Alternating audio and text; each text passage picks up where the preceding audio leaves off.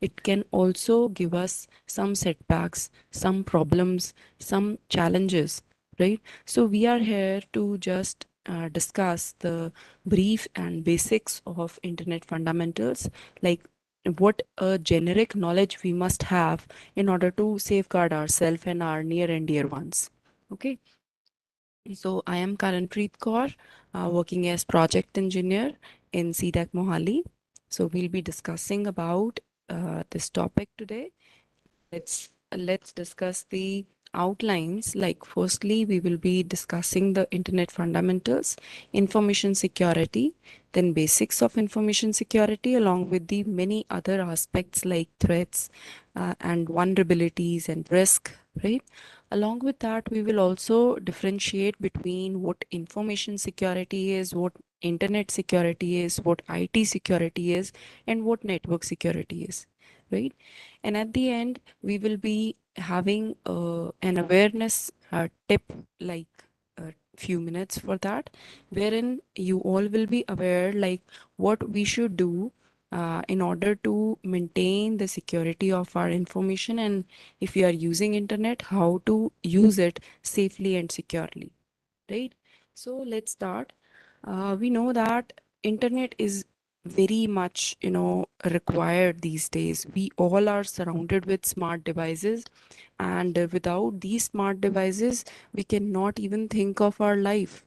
Even we can't think of a day or a single minute. We need to check our mobile phone each and every, after every, not even, I would say, not even 10 minutes we can live without our mobile phone, right? So if internet is not there, you can see how difficult our life would be. It has not only it is not only a communication tool, but it has also surrounded us. It has also, you can say, conquered our life, our family life, our personal life, our professional life, right? So we must understand just the basic, like how internet was formed. So before that, we need to know what network is, because network, you can say, when many networks come together, they make internet. So you can say internet is the largest network in the world that connects hundreds and thousands of individual networks all over the world, right? And who provides us this internet service? It is the internet service provider, right? It's a commercial organization which provides us permanent connections or subscribe us those temporary connections also. The companies who act as internet service providers are Prodigy, America Online, Microsoft Networks, AT&T Networks, etc. Right? Now let us discuss like what a network look like. A network, basically, we all know, is the like when two systems can communicate together with each other, right? Among each other, they can share files, they can message each other, and that is known as a network. A simple, small, you can say, a sample of network. But when they are interconnected with many systems, like here you can see in this slide, we got three types of computer networks. One is LAN, MAN, and WAN. Now, this LAN means local area network. Herein, the you can say the methodology in which these systems will be connected in will be in this type, right? There are various methods of connecting the systems together to form a LAN, that is local area network. One of it is this kind of system. This is known as bus topology, right? Here and the systems are connected with the common single line over there, which is Ethernet, right? Now these systems can communicate with each other. Now the another main, or you can say the major significance of LAN is, like as the name suggests, it is local area network. That means its boundary or its constraint is like locally. It is constrained locally, like maybe in a lab or in a building. When computers are connected together in some methodology or topology, then they would be called as LAN because it is locally connected. Okay, so the next one is metropolitan area network.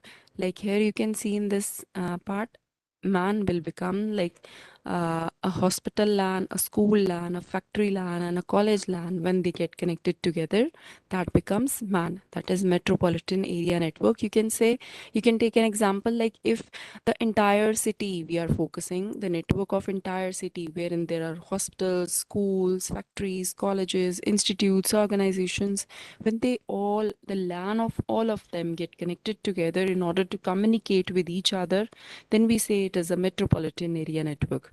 Okay, so you can easily see what will be the constraint, what will be the limit of it. It can be a city, a big city as well, right?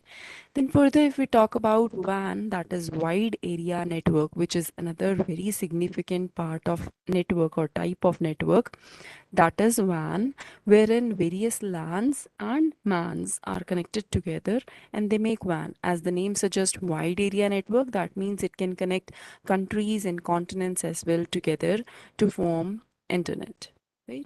So these kind of big networks form internet.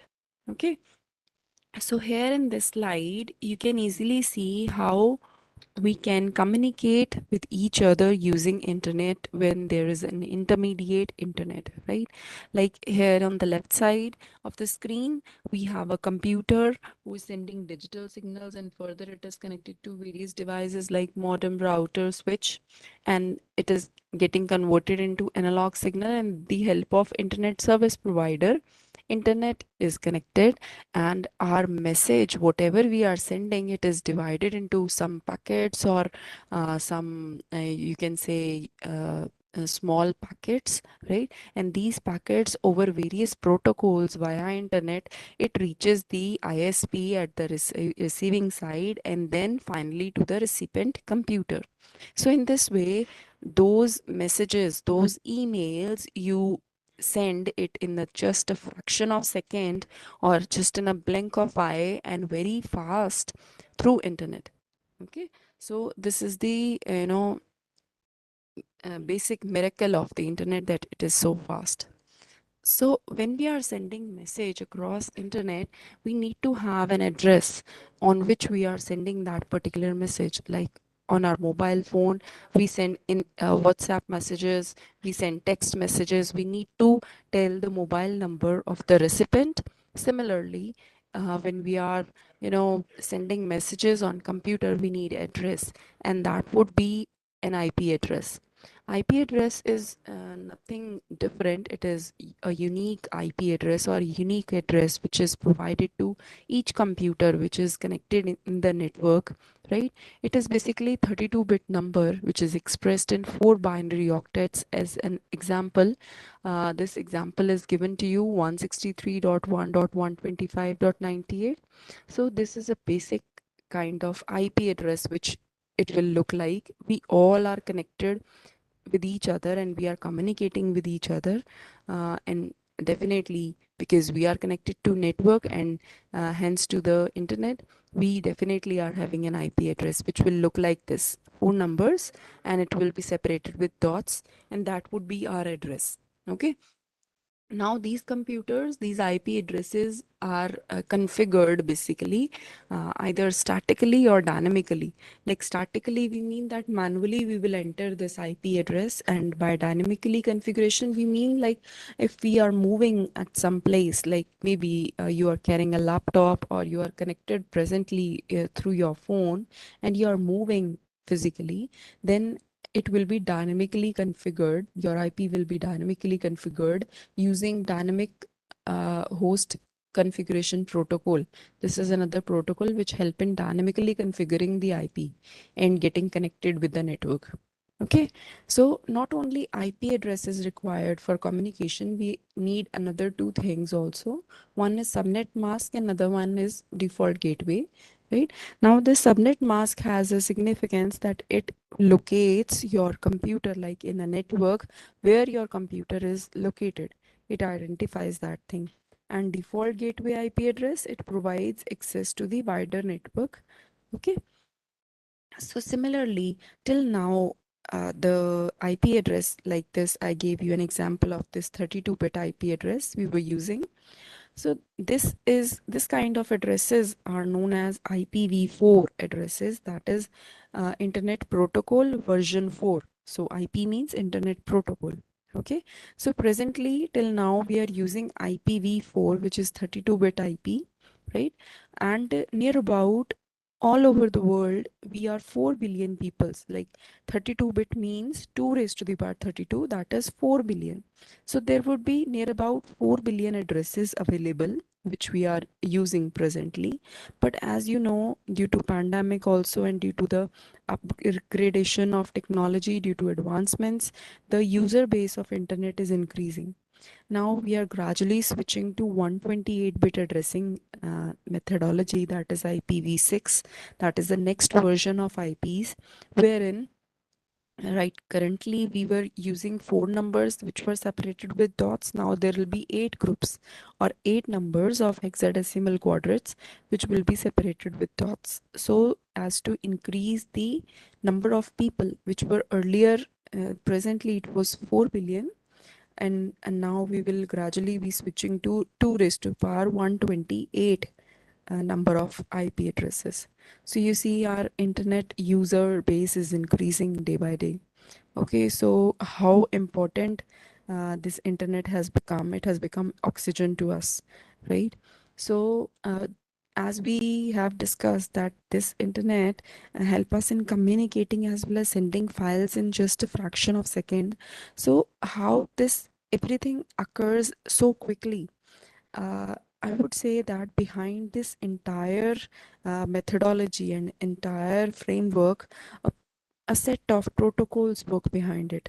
These protocols, there are many protocols. It is completely a suite of protocol that includes TCP, IP, UDP. These various protocols work behind the internet, right? And the basic one which we are going to use is HTTP. We all know that we use HTTP, that is Hypertext Transfer Protocol, right? This is very simple and extensible, and we all know that this protocol is essential whenever we access any web application or any website. Okay, so it is stateless in nature. By stateless we mean that whenever a request is sent to the server, it will always give you back a response. Like internet work upon the client and server architecture only. Like we as a user, we are entering our requirement, that is we are entering the website address on in the URL over there, right? And we are, that means we are requesting the server to fetch that particular page for us, and in the response that page is displayed on our internet browser. Okay, so I hope the picture behind the internet's architecture is clear to all of you. We have client server model wherein here we are a client and we are requesting, for example, www.google.com, and we are requesting this page of Google page to the server, and server will bring back as a response, and it will display that particular page on our screen. Okay, so here what we are why and how we are sending this request, we are sending this request by typing the URL. We are actually entering the URL in our browser. Okay, so what is URL? URL is Uniform Resource Locator, wherein it is having a protocol. The protocol, as I told you, it is HTTP, right? So this is a protocol. Protocol is actually a standard or a rule according to which this entire thing work. This request is sent. Okay, it is having further versions. I'll tell you how the what kind of request look like and what response look like. So it is having a host name. Host name is like if we are sending a request of www.google.com, then here it will be having HTTP, then colon and backslash forward slash, and then the host name. Host name is google.com, and further if there are some path or file name, then I'll mention it over here. I'll show you in the example over there. Okay, then next, another part of URL, one extension of URL, or you can say one more uh, you can say parameter added into the URL is URI.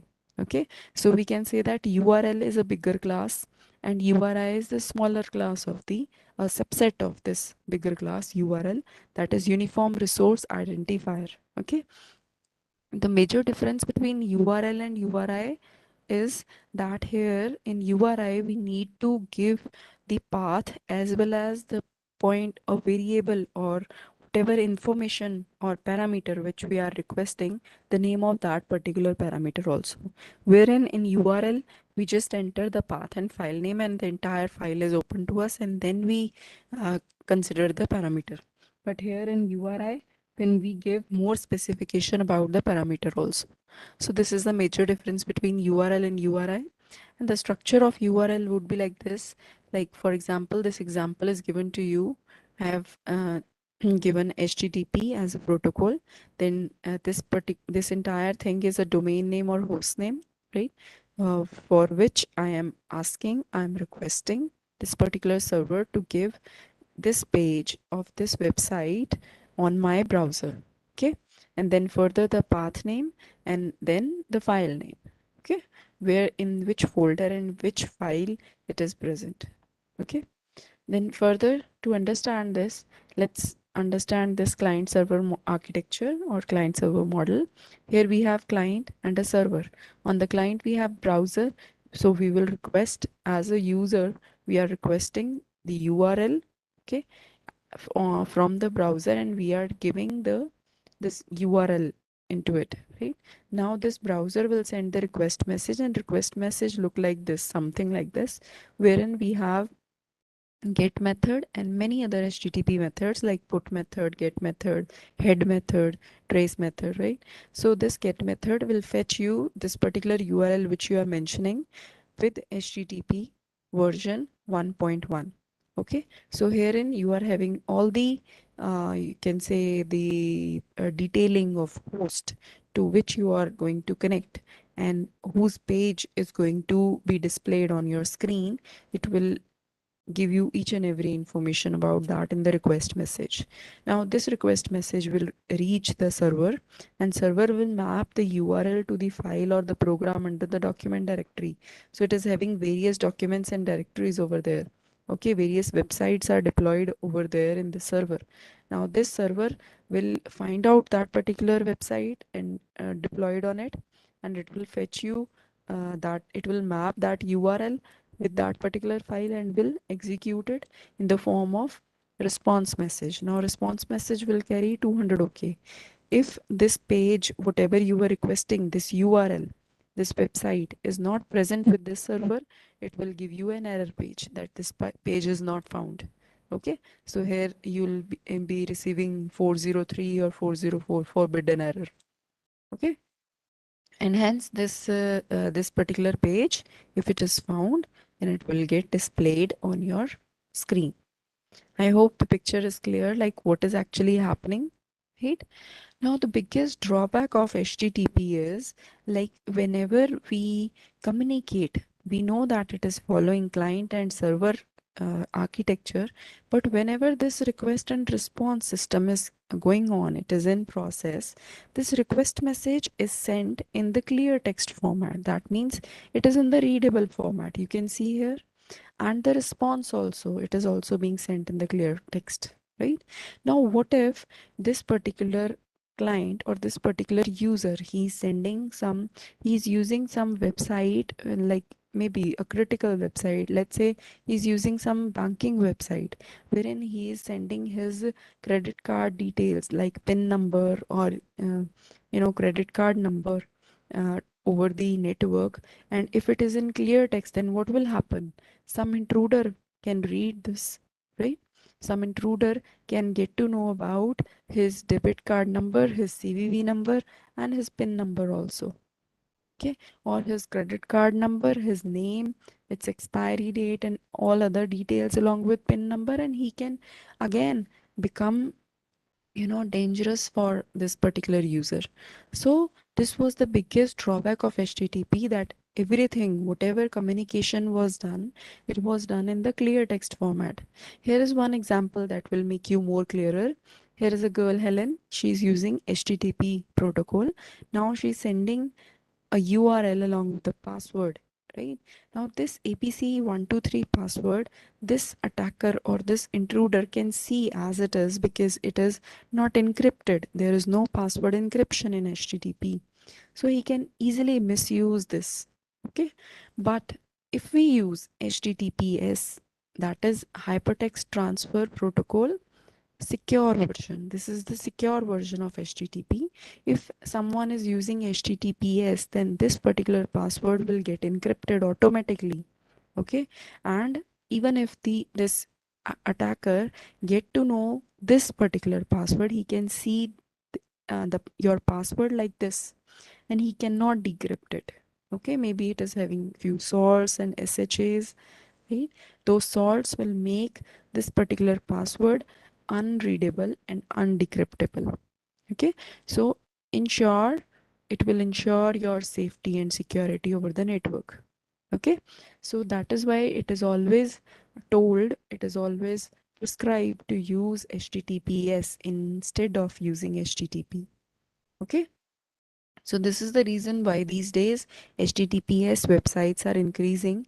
In turn, we are lesser decreasing using HTTP websites. So here in this slide, internet communication, again I have told you, but I have magnified the server side system so that you may get to know that single server do not have all the websites information.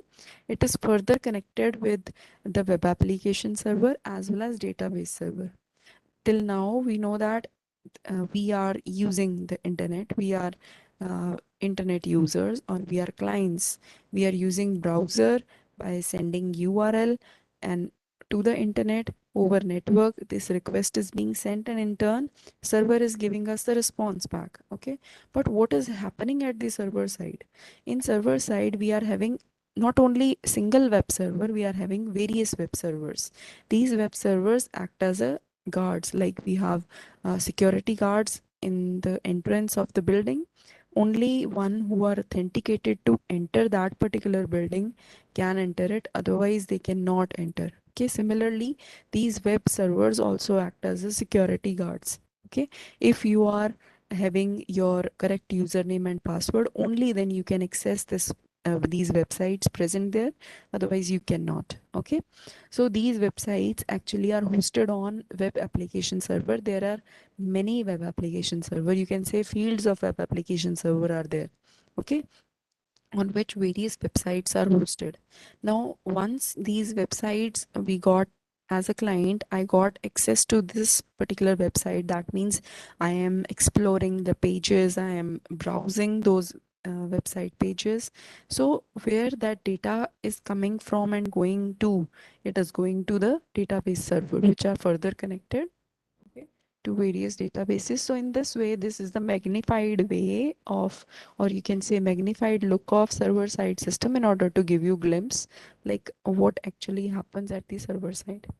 Now, whenever we are entering, whenever we are accessing a website, it must be hosted at HTTPS. First of all, this we have come to know about, so that whatever communication we are doing, it should be in the encrypted form. Number one. Okay, now further, when I am sending some, like here user is submitting shopping cart order on the website, that is, it is sending his, if it is he is doing the shopping or and he is submitting the order, that means he's making transaction. Now this transaction is going through internet, and then it will reach the router, firewall, switches, and then for finally to the web servers. I told you there are many web servers that act as a security guards over there, right? Now they will check your credentials. If your username and password is correct, only then you are allowed to, or you're supposed to access this web application server. Otherwise, they will stop you here only. Okay. And further, if we talk about an attacker, if he is an attacker and not a genuine user, and he has, by hook or crook, he has got access to your, to the credit card details of yours, right? If he has anyhow, he is successfully capable to get your credit card details. Now he will become a user, a genuine user. He will act like act like you, and he will easily, I can say, bypass the web server, because he know your credentials, as well as he will make not only this transaction through your credit card details, but he can also deface this web application server as well as database. So you see, he will not only deface you, he will deface the website as well as database also, right? So we must know that what kinds of attacks are there, how many kind of attacks are there. Now till here we have come to know about what internet is, how it works, how communication occurs, how we send request and we get back response, and we should use https only. And if attacker is able to know about our details by somehow, right? So what all are the attacks which we should know? Because you see, once somebody is not feeling well, if he is, if the doctor is knowing that what kind of disease or what kind of symptoms he's having, only then he can give you medicine, right? Similarly, for getting to know, like, from which thing we need to get aware, we should first think like a thief. Okay, you will first have to understand what are the various attacks, and from these attacks you will take awareness, you should take security, you will have safety. Okay, so let's discuss what are the various attacks. So here we have a malware attack, which is the first type of attack. As the name suggests, malware, that means malicious software. It came from two words, malicious and software. Okay, so malware basically is a software which gets installed onto your system when you're using some, malicious website, or it is installed on your system without your knowledge. Okay, and in turn he gave this particular software gives all the information about your system to the attacker.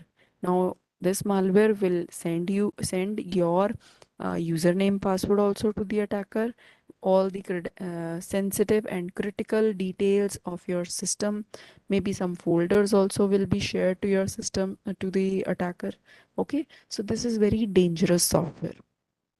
Okay, and we even do not get to know that this is installed in our system. So for that we need to monitor our system activity.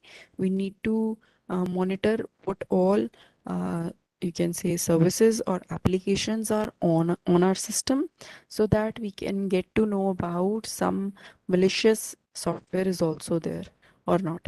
Okay, so this is the first kind of attack, or one type of attack. Another attack is a phishing attack. Now in phishing attack, what happens, we have many times heard the name of phishing attack, but what actually it is, like, I can tell you one example. Herein, sometimes we receive an email from, you can say, it look like that we are receiving an email from a genuine banking website, but it is not like that. In that email we are mentioned that you need to change your pin number, otherwise it will, your card will get expired. Okay, so we being a layman person, we are unaware of this thing, that this is a phishing attack. We just enter our current pin, and then we change our pin with the new pin number. Right, now what is happening at the back end? At the back end, the attacker is easily getting you into the trap, wherein he will get to know your current password, current pin number, as well as the, you can say, your next pin number also. Or he can even change pin number as per his request, as per his choice. Okay, so this is a phishing attack. You should be very careful that any banking website or anyone never sends you this kind of email. It might be a forged mail only. Okay, so next kind of attack is password attack, wherein attacker directly either guess your password if it is very simple, or it uses some algorithms like brute force algorithm, which automatically uses permutation and combination, and it guesses your password. Okay, or maybe it is also having, sometimes it also having a list of passwords which people usually keep, and he can easily attack or guess your password. This is known as password attack. Okay, so this is another kind of attack. Then we have DDoS attack. This is called distributed denial of service attack. Okay, so DDoS means distributed denial of service. In this, your server denies to give any kind of service to you. Okay, because server is requested with so many requests at a time, like millions and trillions of requests at a time, that it denies to give service.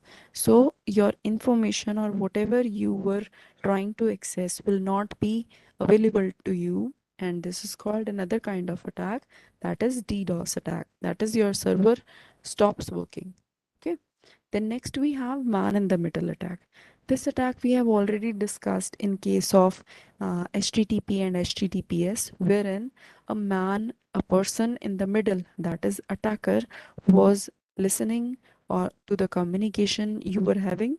So this is called the man in the middle attack, wherein a third person either listens to your communication happening or it changes it. We will discuss it in detail.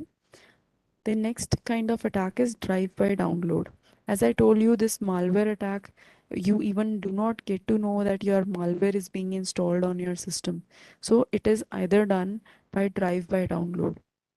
Here what happens, whenever we see, like in any ABCD website, there is some free movie or some free software is there, we are like crazily we download that particular software because we need that, but we do not know that if something is free, that means something suspicious might be there at the backside, or in in into those folders which we are downloading for that particular software, there is a malware hidden in it. Okay, like another kind of recent, I can say, rat is there, right?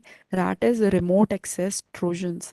So these trojans are found in the files or in the softwares we which we download at the free websites, and these rats, they get installed into our system. Those are basically virus. Okay, so these are a remote access trojan. Remote access trojan, as the name suggests, it is a trojan which can be accessed by the attacker, and once this rat get into your system, that attacker can easily take out all your information and your system can become very weak.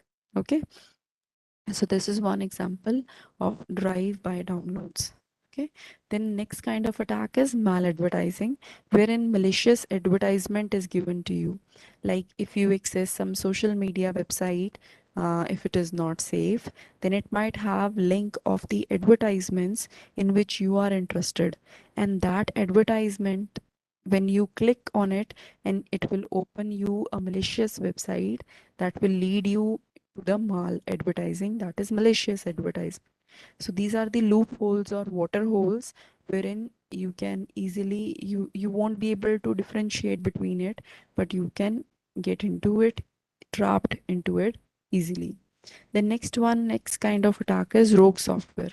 Herein, again, this software is installed on our system, and we, being a layman user, we do not know that it is installed in us, but it is rogue in nature. That means it is installed in our system, but actually it is being used by the attacker. Okay, attacker is handling this software. Okay, so these are the various attacks. So till now we have come to know about like what are the problems or what kind of attacks are there through which we need to get protection from. We need to protect ourselves from the attacker who is doing some unauthorized modification or some unauthorized deletion or some unauthorized access. Okay, he should not know our username password so as he can get access to our website wherein we are registered and misuse it. He should not be able to delete our files by installing some malware or some rogue software and deleting some files from our system without our permission. And he should not be able to make any kind of modification, like through phishing attack or something like that. making changes in our PIN number and passwords without our permission. So this modification, which is unauthorized, should not be there. So all in all, we will be fighting for these three things, which can be found in all these attacks which we have discussed. That is unauthorized modification, deletion, and access. Okay. So further, now what kind of modification, deletion, and access an attacker wants? He want the information which is present with us. This information can be your date of birth, it can be your PIN number, your credit card number, your debit card number, your any kind of meaningful information. Okay. So attacker wants our information only.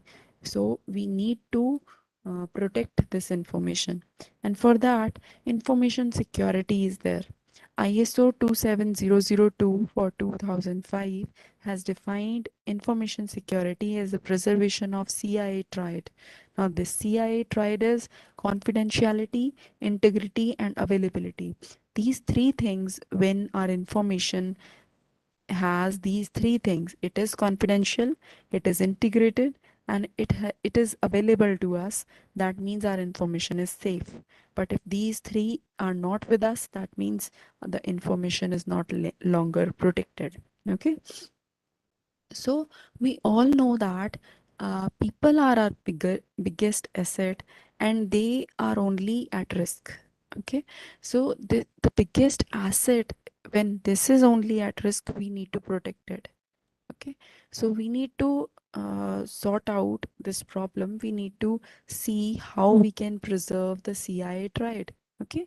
So information, basically, it is an asset like other business values or business assets. We have value, they add or value to our organization. Similarly, uh, we say information is also an asset. So information must be protected because it is our asset, and it is a process of protecting the intellectual property of the organization. Okay. It will lead to minimizing the risk of exposing the information to an unauthorized access. So we need to preserve the confidentiality, integrity, as well as availability of the information. Now, why we need to ensure that our information is secure? For the availability of the business, number one. Okay. Because if the business is lost, it is no longer accessible to us, that means your business is also lost. Okay. And if there is a risk that CIA of information asset is not there, that means nobody will rely on us for business. Okay. So we need to first protect ourselves, only then some other person can rely on us. We need to protect our data and information system. Okay. Because if the market sees that we cannot safeguard our information only, how will they rely? How will they, our brand and reputation will be lost. Okay. The brand value will lose, and the productivity will also be lost. Okay. So in order to have higher level of insurance, and we need to, sustain our business, we need to have information security. Okay. And even in case of disaster recovery, and if some competitor is there, we still need to save our information. So you see, the basic three pillars or three verticals of information security are confidentiality, integrity, and availability, and they form the heart of information security. Without heart, you cannot do anything. Okay. So now, how these attacks are, hampering the confidentiality, integrity, and availability of the information, this we are going to discuss. So if we talk about the confidentiality, that means somebody is trying to crack your encrypted data. Whatever information you are having, first of all, it should be on HTTPS, that is, it should be encrypted. Okay. Because otherwise, if it is going in the plain text, then man in the middle attack can lead you on the plain text basis, he can easily attack on you. Okay. Then next, if we are using HTTPS, that means our encrypted, we are using encrypted data. We are sending encrypted data. But what if somebody cracks it? Okay, so we must ensure that that kind of encryption is there, which cannot be decrypted easily. Okay, because as we know that we are uh, updating ourselves technically, the attackers are also updating their self technically. Okay, so there must be no data leakage or unauthorized copying of sensitive data. If your data is encrypted, it ensures that your data will not be copied or some unauthorized access cannot be there. And along with that, you must install a spyware or malware on your system. Okay, further we have integrity. Now what integrity is, like we are sending some message and that message is sent as it is. Okay, that means no addition or deletion is done, no modification is done. That leads to integrity. Okay, so confidentiality was no one can see or copy your data. Integrity means no one can change or modify your data. And availability means that your data is 100 times available to you, all the time it is available to you. Okay, so if it is being attacked, your integrity is being attacked, like web penetration for malware insertion. Some malware is inserted which has modified your software. That is, your integrity is lost. Then maliciously accessing server and forging your records. That means forging records means they are copying your records and making changes in it. Again, integrity is lost. Then unauthorized database scan, that is, your database is being scanned unauthorizedly, they are making changes in it.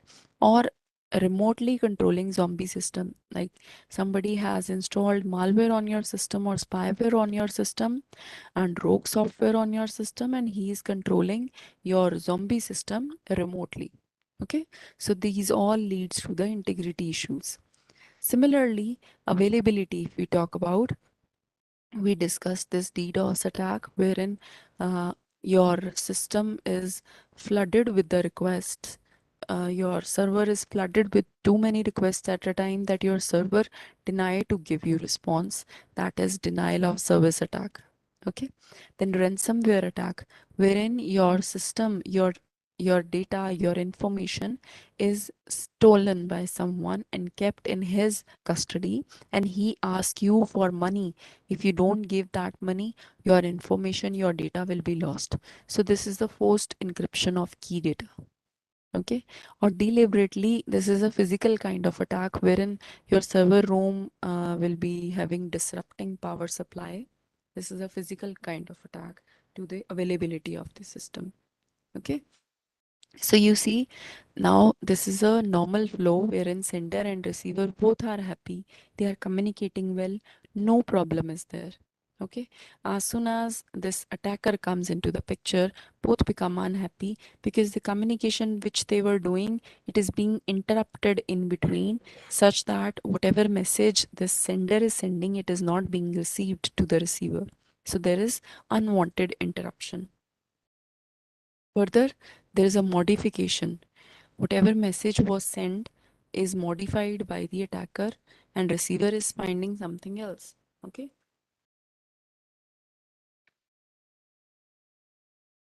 Further, interception. Interception means whatever communication they were having, it is being listened. This attacker is listening to it, or it is copying. Okay, so it is intercepting in between. This is interception.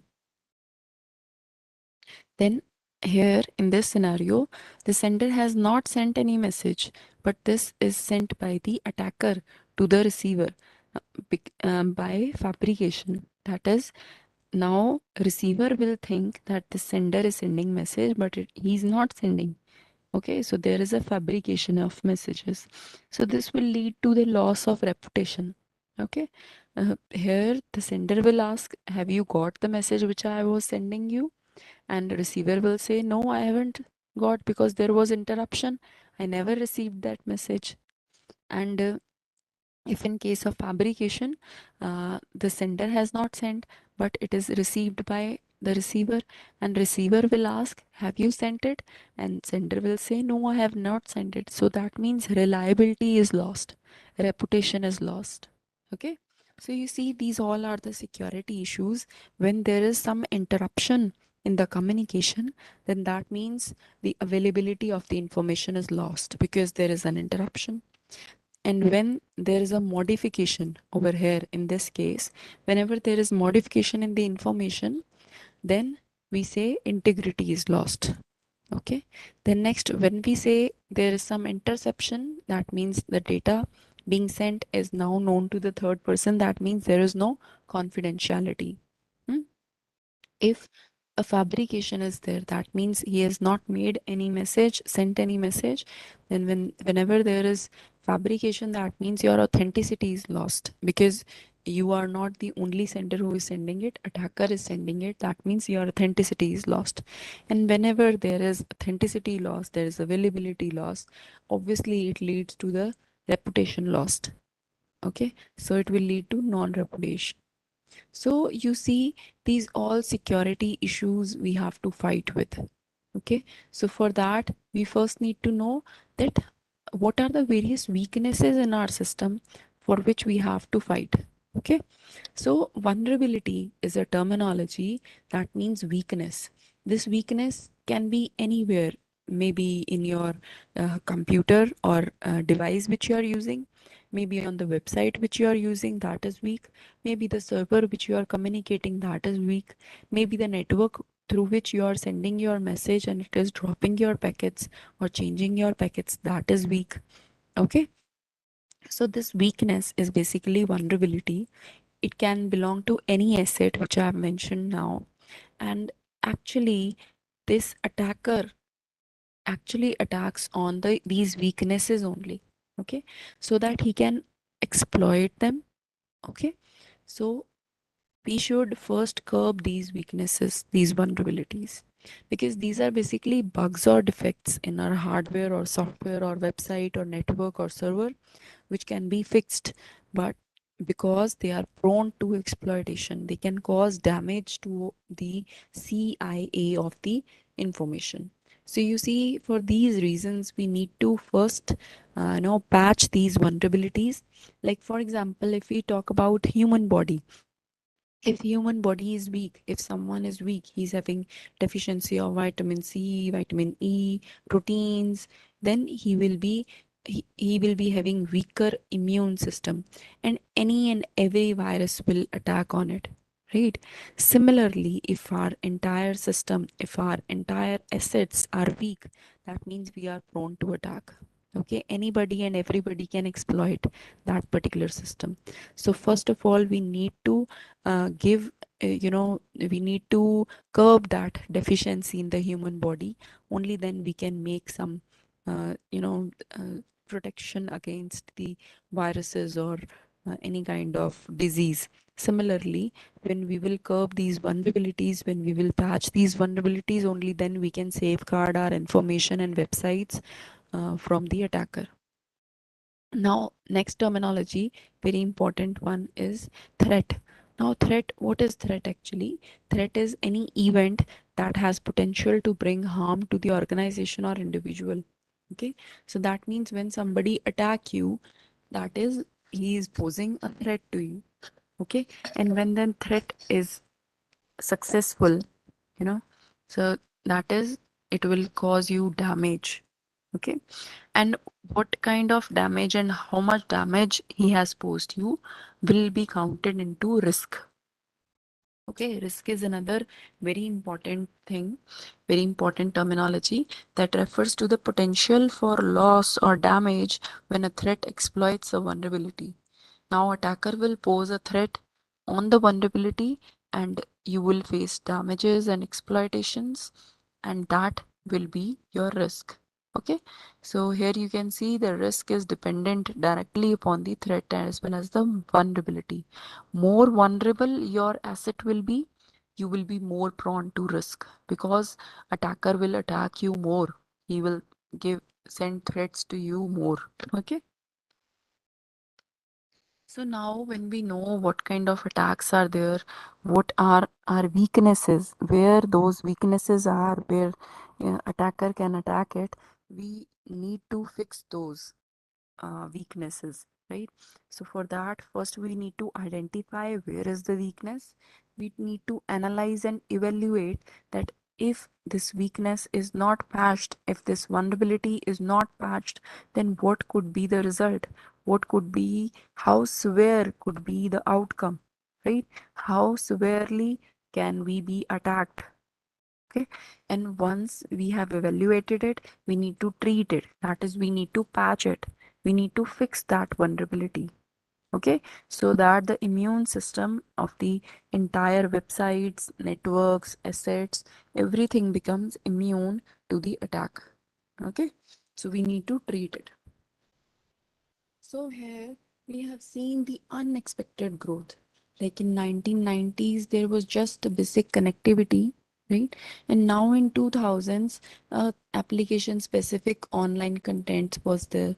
In 2010, cloud was a buzzword wherein we were using infrastructure on cloud, we were using services and software on the cloud, right? And nowadays, when we are surrounded with smart devices and each device generate huge number of data, huge lot of data, so we are actually surrounded in internet of things. This is a buzzword these days, IoT. Okay, so we see that in every decade there is a evolution of technology, evolution of usage, as well as its value also increase, right? Similarly, the security problems also increase, and so should be the solution to those security problems, and this evolution should never stop. Okay, it should keep on going because evolution makes us live. Okay, so here is the big picture wherein cybersecurity is at the top and network and information security forms the basis of that. Okay, so what actually cybersecurity is? Cybersecurity means protecting your data and information networks.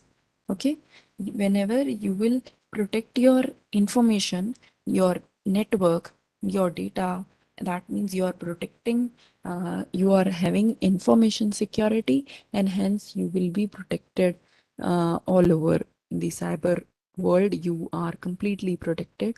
You are securing your IT and ICT products, you are completely safe. Okay.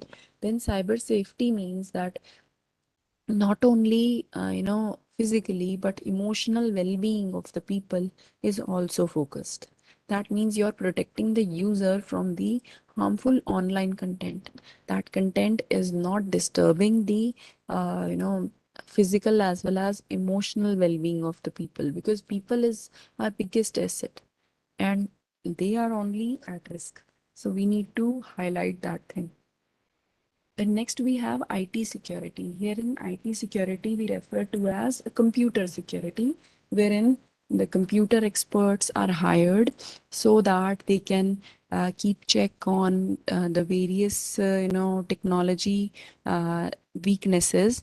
You can say in order to secure your company from the malicious cyber attacks, they have to attempt breach where the breaches are being happening. They can gain control on the internal system. Nobody can do that. In order to safeguard our organization, some IT experts or IT specialists are hired for this purpose of security. So this is known as IT security, wherein physically they are securing your infrastructure. Okay. Then next we have authentication and authorization. This is another important part wherein we can safeguard our CIA of information security. By that we mean these two words, authentication and authorization. Now, authentication means that you are you are a reliable user and you are authenticated for that. You are identified as a reliable user. You are a genuine user. This means that you are authenticated user.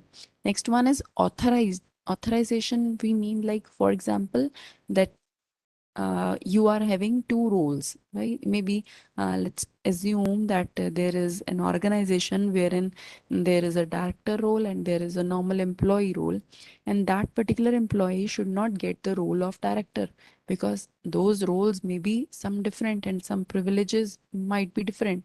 So whenever we talk about on the level of privileges, that what are the powers given to a particular person, when someone can use some other person's power or privileges, that comes under unauthorization. Okay, so you must be authorized as well as authenticated user. Okay, then further, now how we can secure ourselves. Okay, whenever we go to some crowdy place, what we do, the first thing that comes into our mind, what we do, the thing that comes into our mind is what actually we are carrying. Are we carrying some valuable thing or not? If I am carrying some valuable, something which is like very expensive, I must keep it in some safe place so that somebody should not take it away from me, or you can say steal it from me, right? So the very first thing is awareness. Similar in our case also, we need to have awareness that what information we are having when we are accessing internet. That means we are going to some crowded places, right? So we must first know that what information you are having, right? Then how important that information is for you. Okay, and further, how you will secure it. So these are some questions that comes up into your mind, that should come into your mind before accessing internet. Okay, then next, you should assess, like you should evaluate, like that information, how important that information is. If it gets into the wrong hand, what will happen? Okay, this you must analyze. Then further, you must take adequate uh, steps for that. So these are the three A's for securing you. One is the awareness. You must have awareness of what you are having, what information you are having, and how you will secure it. How important is it? You have to evaluate that if it goes into wrong hand, what will happen, and then what you will do to safeguard it. Okay, so these are the three things. So for securing yourself, these are few tips. You must have use your common sense. Okay, so sometimes we are aware of, but due to negligence or avoidance or arrogant behavior, we sideline those points. Okay, you need to regularly update your softwares, whatever you're using. If you're not using that particular application or software, you should uninstall it or remove it. If you're using some let's say some mobile phone you are using and it needs updation, you must update it, because these updating patches, these updated versions have security reasons, security updations in it. Okay, so if you are using very obsolete version of a software of an or an application, it is definitely prone to the virus. Okay, or definitely prone to the attack. So you must update yourself technologically also. The another thing, you must use antivirus and anti-spyware on your system, right? You must be very careful while doing some file sharing. Like we oftenly share files, let it be multimedia files or any kind of pictures or messages or softwares. We should be very careful while doing that. Okay. Then further, what you download, you must be aware of, and from where you are downloading that particular thing, you must be aware of, because this downloading files, if you are accessing to some malicious website, it will definitely lead you to a trap. Okay, so you must read the computer messages very carefully. You should not blindly click next, next, next. Very carefully, you read it, you analyze it, only then click next, because we are always in the hurry that, okay, what this computer is sending, just keep on next, next, next, and we don't even read it. Okay, this will land us up in the problem. We can easily be attacked. Okay, so be careful when you read email, especially when it belongs to someone else. This is the scenario wherein we are getting some promotional messages, some updations, and we are like in our free time, we are just browsing it. We think that it is safe for us, but it is not. Okay, maybe whatever link given into those website on those emails, right? That is a malicious link that will lead you to the malicious website. You do not know. So whenever there is a message or an email from the unknown user whom you do not know, whom you do not recognize, whom you do not rely, never open that. Okay. And if that particular message is having some attachment to it, like something is attached to that email, never ever try to open it, download it, or access it. Never, because that can have malware, or that can have some rogue software. You can even not imagine that there is some virus or something. Okay, so keep yourself very safe, very, aware. Okay. And along with that, another very important thing that you will also be discussing in the next upcoming session in detail is the password security. Okay, the password you are keeping for your any kind of you can say account should be very strong. Now, how this password should be strong? It must have capital letters, small letters, numbers, special characters. Okay, all these things in it should be a amalgamization of these kind of strong password. It will make your password strong, because I told you that an attack called password attack is also there. Okay, wherein attacker can access your particular website or account without your knowledge if he get to know your password. And it should not be same for all the accounts. Okay, in the next session you will be having the entire, you can say, like a look how password should be, how strong that password should be. Then, in this way, if you follow all these awareness steps, you can lead to cyber security, cyber ethics, and cyber safety. Okay, so be sure that you are using internet as well as you are securing your information also. Okay, so if anybody is having any kind of query, you can drop me mail also, and you can ask me questions also in the chat area. You can write down your questions. I'll answer them one by one. Thank you. Thank you so much. Thank you, ma'am, for your wonderful and enlightening session. I think that this is a wonderful thing. I think most of the people are aware, learn the things from these things. I think there is Thank one you so question. much. Can you Mhm. make some comment suggestions on the cyber safety specific to the children if they use the PCs independently? Sir, I will show you some of the resources, by end of the thing, or you can just visit that infosecawareness.in children's space so that you will come to know more, because there are many aspects which we have to discuss, sir. Madam, I think can you share the PPT to us? Yes, so we can share it with you, sir. Like by end of the session, we will let you know like where all these presentations are parked, so that you can download it from there, or you can make use it from there itself. Yeah, if participants like sir, ma'am, if you have any questions, kindly keep it in the chat area, so that we will take it up those technical questions as madam may be leaving shortly, so we can utilize the time to address those questions. If you have any questions, kindly keep it in the chat area. Besides, like we will address these things. One is children awareness and sharing PPT kind of thing. Okay, okay, okay. Any other questions before we move to the next session? Any other questions? Yeah, any specific role of cookies?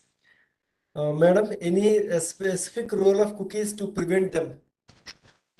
Specific role of, sorry? Any specific role of cookies? Cookies. Okay. Yes, definitely. Cookies are very important. Like, if you technically study more about sessions and cookies, so sessions are also stored at the server side and cookies at the browser side. You can say whenever we visit any website, we always enter, we always have that username and password kind of things that are converted into the cookies, so as to have, easy access to the website. But when these cookies or this session is stolen by some attacker, like using man in the middle attack, then there can be your session hijack. You can also experience session fixation or session replay attack. So there are various kind of session mismanagement attacks that can lead to you because of this Just cookie. driver on చేయమని చెప్పండి మాకు పిల్లల్ని అడగడం meeting. Okay, so cookies are very important and you must handle them carefully. Any other question, please? Yes, ma'am. Thanks for sharing the different insights, but how to prevent them? How to prevent them? Okay, Yes, you ma'am. should have, first of all, for preventing this, you should not have any kind of, you can say, whenever your session stops, like whenever you log out, this cookie should be destroyed. Because once that these cookies and these sessions are destroyed at the end of the communication or end of the session termination, then those cookies cannot be, reused by the attackers for the same kind of session again. So you must be very careful that whenever you are developing a website or whenever you are using a website, your cookies are destroyed at the time of session termination only. When are you logging out, your cookie should be destroyed. Another important thing is whenever you log in, before login and after login, your cookie should have different value. Your cookie must change, and it should not be that simple or easily guessable also. So cookies should be a difficult one, and it should be a random number, I would say. Along with that, it should not reveal that what kind of technology or what kind of language you are using. Like, for example, when sometimes when we are accessing to the Java website or PHP website, then that session ID name is kept as if there is some session name ID fingerprinting is there. Okay, so that name should not be there. It should have a generic name. It should not mention that what kind of technology you're using. So when we will use this, like all the characteristics of the cookies we will maintain, we will expire it time to time, we will not reuse it, we will randomly generate it, and it must be, unguessable, you can say. You cannot guess that cookie also. So in this way, whenever you will use a new cookie every time you are having session, you are logging in, then it will not be dangerous to you. Okay. Okay, ma'am. Yeah, the last question. Share the role of antivirus to prevent these. Okay, antiviruses, we all know that it is very important because whenever we are having, like, we browse data, like whenever we access to the some websites, we do not know that it is malicious in nature or not. So if we are downloading something, if we are installing something, we do not know, like, by in our with our naked eyes, that whether this particular software is healthy or not, whether it is vulnerable or not. So if we will use antivirus, then that will definitely protect our system and us at the end from the viruses and malwares and other spywares. So antivirus is definitely very important, and this is one of the very significant awareness step, that we must have antivirus, anti-spyware, and anti-malware in our systems, whatever we are using. Okay. All right, ma'am. Thank you. Thank you so much, ma'am, for your session as well as clarifying all the questions. Thank you so much, sir. Thank you so much, ma'am. Thank you so much. Thank you so much. And I think Anandya Bandyopadhyay, sir, like we will, your two-factor authentication will be addressed in the next session, sir. Okay. And inside organization, HTTP protocol is okay, or HTTPS to be used? Ma'am, are you there? Definitely. Conflict, ma'am? G. Yes, sir. So Yes, ma'am. HTTPS, we definitely need to have HTTPS. As I told you, when we are not having SSL TLS certificates, that website which we are using is not at all secure.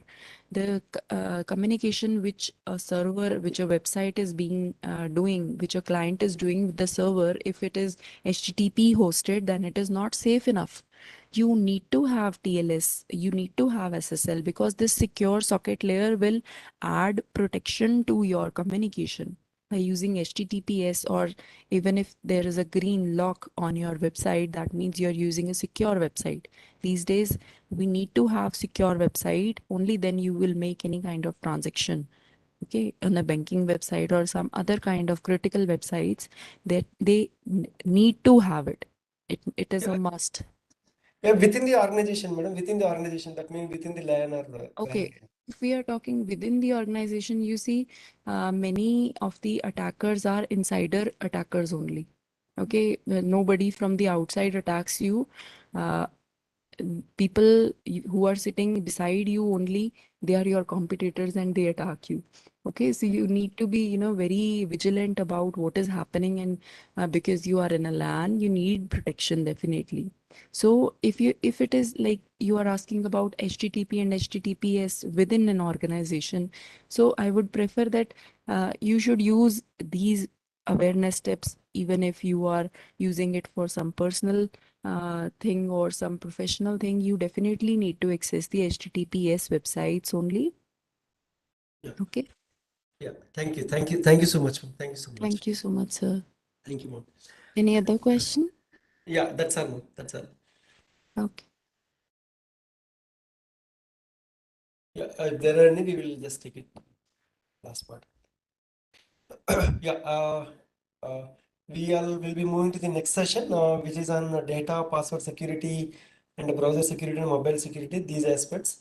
So to, for taking this session, like we have with us Ms. Kajal Kashyap, ma'am. She is from SILAC Noida, and she is also, working in this information security domain since from, a long period of time. And she is also having, good experience in the information security domain. So if you have any clarifications, you can, as usual, like you can keep the things in chat area so that we will try to address all your questions by the end of the session. So we request Kajal Kashyap ma'am to start the session on this data protection and online security aspects, respectively. Thank you, ma'am, for joining with us. Thank you so much, sir. A very good morning to all the respected participants present here. So, in this session, we are going to talk about what is the importance of data protection in our day-to-day life and uh, like how we can protect ourselves and our data from the attacks that are going on the internet. So, let's see and let's learn that how to secure ourselves from the threats that are occurring on the internet. So here you can see in numbers that what are the users in India when we are talking about the internet.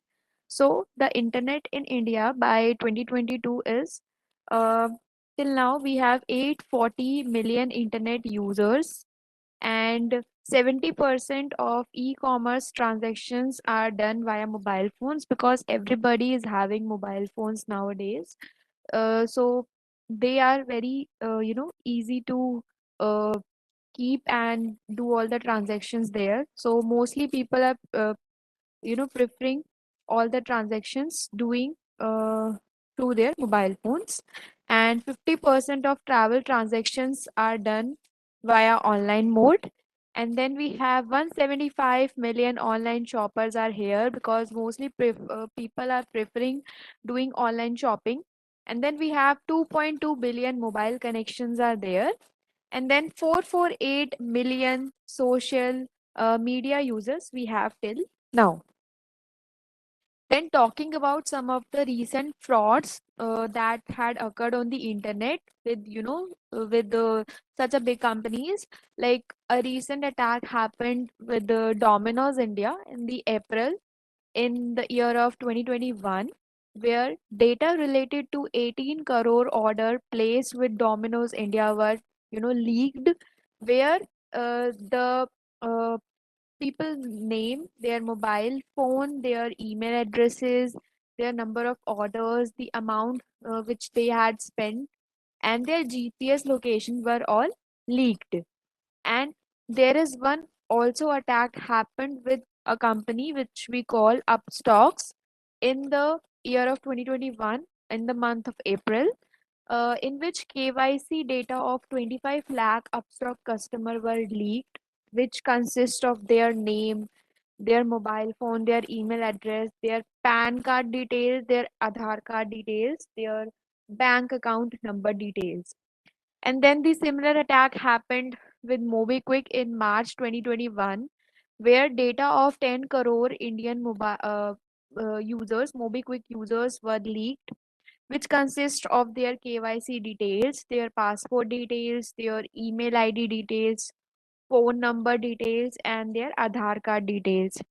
And then attack happened with Facebook in April 2021, where data of 60 lakh Indian Facebook users were leaked, which consist of their phone number, their Facebook IDs information, what is the location of that those persons, and their past locations, their birth date, their email, their relationship status.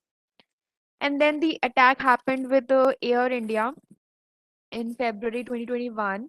So, as per Air India, data of 45 lakh customer globally was leaked, which consists of their name, their date of birth, their contact information, their passport information, their credit card data. And then the attack happened also with Big Basket, which is actually a very big organization, like company. So Big Basket attack happened in November 2020. So where data of 2 crore plus Indian Big Basket users were leaked, which consist of their email addresses, their names, their birth dates, their phone number, their IP addresses, their passwords, hashes. So these were the breaches that mostly had happened in past few months, we can say that. Now talking about cybercrime, what actually is cybercrime? So, cybercrime is a kind of, we can say, a criminal activity that will either target your computer or any electronic device or any device which is having a network. So, all in all, the major goal of the criminal who is performing this crime is to acquire your data, which is present in your computer, your laptop, or in your mobile phone, or in any of the electronic device that you are having. So, a major attack vector of cybercrime is to exploit broken software. Now, here I would like to concentrate on this particular word, that is broken software. So, what actually are broken software? Whenever we are not regularly updating our softwares, so in some period of time, those software become weak and those software are easy to hack. So, what criminals are doing? Criminals are searching for these kind of softwares so that it can be easily broke, it can be easily hacked, and they can easily enter in our system and they can steal our information. So, all in all, cyber criminals are doing this particular type of thing. So, if we are talking about cyber crime, then we have to talk about these three terms, that is vulnerability, threat, and risk. So if I talk about vulnerability, so vulnerability is basically whenever, as we had discussed, whenever uh, people are not updating their softwares, they are using, like unupdated OS, and they are using like previous versions of their OS, or like previous versions of softwares, then vulnerability occur in those softwares. So basically these are very easy to hack, and this is basically vulnerability. If we talk about threat, so threats have the potential to steal or damage your data, or they can create harm. So all in all, the major goal of threat is to steal or damage your data. Now we have two type of threats. One is intentional threats and second one is unintentional threats. So intentional threats are like uh, uh, where criminals are sending you viruses, malwares, ransomwares, phishing links, malicious code, and wrongfully accessible links, where they will ask your login credentials and anything which consists of your personal information. So these are intentional threats. Now, unintentional threats are often attributed to human errors. So some errors comes due to unintentional threats. So sometimes we basically visit some websites and we unintentionally clicks on a particular link. So we are not aware that by clicking on this particular link, one malware or virus can come into our system. So this is kind of threats that can basically come in our systems or in our devices. Next is risk. So cyber risk is the intersection of assets, threats, and vulnerabilities. This is the potential for any loss, what kind of loss has happened, what kind of damage has happened, or what kind of destruction of an asset has happened. So this is actually risk. Now, this is what are the threats that is present in common applications that we are using nowadays. So everyone is having their mobile phones, and everyone is mostly dependent on the applications. Like for any work, we mostly take help of the application that is present in our mobile phones, because this simply those applications makes our work more simpler and much easier. So we mostly are dependent on the applications that is present in our mobile phones. For example, we are using a lot of applications like online taxi applications, education applications, banking applications, shopping applications, job portals, and chatting, instant messaging applications, travel and hotel booking applications. And for gaming, we are using online gaming apps. So what happens is, when we download these applications, first they ask us to register in those applications, and while registering, we have to provide our personal information like our name, our mobile phone, our email address. And if the application is paid, then we have to provide our like what is our payment mode, like we are paying it through debit card, credit card, or other payment mode. So we have to provide that information also, right? So what if one day those application got hacked? This can be happen, right? So if these application got hacked, our data will be uh, straightly can be breached easily. So what we have to do, just do not download a lot of applications in your mobile phones. Just download only applications which you use in your day to day life. And do not download a lot of applications. And whenever you are downloading the applications, first you need to check the reviews of those applications, the ratings of that applications. Then only proceed to the download. And the second thing is, if you are an iOS user, you can straightly go to the App Store and download all the applications from there itself. If you are an Android user, you can go to the Play Store and download the application from there itself. Please do not download any of the applications from any of the unwanted link or any of the third party websites, because how can we trust that those links or those websites are genuinely like those are genuine websites? We cannot trust. So what we can do, we can just straightly go to our stores, whatever the mobile phone we are having. If we are having Android, we can go to the Play Store. If we are having iOS, we can go to the App Store and download the applications from there itself only. So we can do these things, and then we have to regularly update those applications on daily basis, so that those applications will not become vulnerable, and those applications will not catch any sort of viruses and malware, so that we can protect ourselves and our information, that whatever we are having in our mobile phone. Now, talking about cyber security, what actually is cyber security, and what is the importance of cyber security? Let's talk about this. So, cyber security can be described as the collective methods, technologies, and processes to help protect the confidentiality, integrity, and availability of your computer systems, of your network, and data against any kind of cyber attacks or any sort of unauthorized access. So, all in all, the main motive of cybersecurity is to protect your data from any kind of attack, damage, or any kind of unauthorized access. So, we have a lot of cybersecurity experts which are doing, which are doing uh, a lot, which are playing a big role in protecting our networks, computers, our data from any sort of like attack, damage, or unauthorized access.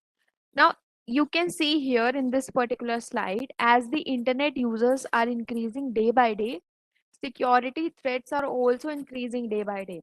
So it is really essential for all of us that whenever we are using internet, we need to make sure that we are using it in a very, very secure way, because nowadays malware viruses are, it can occur from anywhere through internet. So we need to make sure that if we are using internet, then we are actually using in a very secure way, and we are protecting ourselves, our information from the internet threats. Now, here you can see a major part of cybersecurity is to fix broken software. Now, we had discussed in the previous slides that a major part of cybercrime is to exploit those broken software. Now, here the main work of cybersecurity experts is to search for those kind of broken softwares, and then they fix those broken software from any kind of malware and viruses. So this is the work of cybersecurity and cybersecurity experts, is to fix those kind of uh, you know vulnerable softwares and vulnerable devices. Next, here you can see these are the few we can say components we have added here in order to show you that what comes under cybersecurity. This is computer security, online privacy, security padlock, surveillance cameras, secure payment, antivirus firewall, mobile security, and global secure shield. Now let's talk what are the goals of cybersecurity. So all in all, the main goal of cybersecurity is to protect our data and information from attacks and any kind of unauthorized access. But how? So this is doing in like three parts. Like first one is confidentiality, second is integrity, and third one is availability. So first one we have is confidentiality. Let's discuss this one by one. So confidentiality, what does this mean? So confidentiality means only those who are authorized have access to specific assets. Let me give you a very simple example. Let's suppose I'm working in a particular organization, okay, and so I should only have the right to access a particular information of my organization, and no other third person can come and visit and can see that information of my organization. So this is actually confidentiality. If you have authorization, if you are an authorized person, then only you can access that particular information, otherwise you cannot access that particular information. This is confidentiality. Integrity means, let's suppose there is one sender and there is one receiver. So sender is sending one message to receiver, hi, how are you? So receiver shall also receive the same message. The message meaning shall not be changed, it should remain same. In other words, I can say that the integrity of the message shall remain same, the meaning and everything shall remain same. If it is same, then integrity is maintained. If the message or the meaning is changed by anyhow, by anyhow means, like if some attack has happened, then the message integrity and the meaning can be changed. So it shall remain same. So if it is same, that means integrity is maintained and the goals of cybersecurity is fulfilled. Third one we have is availability. Sorry.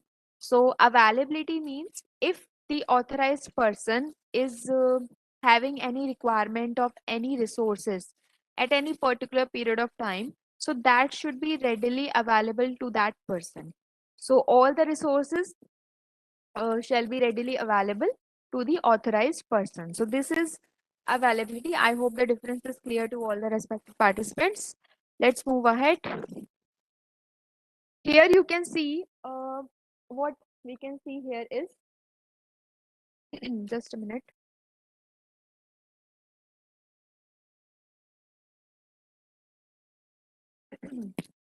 Yeah. So here you can see in this particular chart what is actually happening in 60 minutes under social media.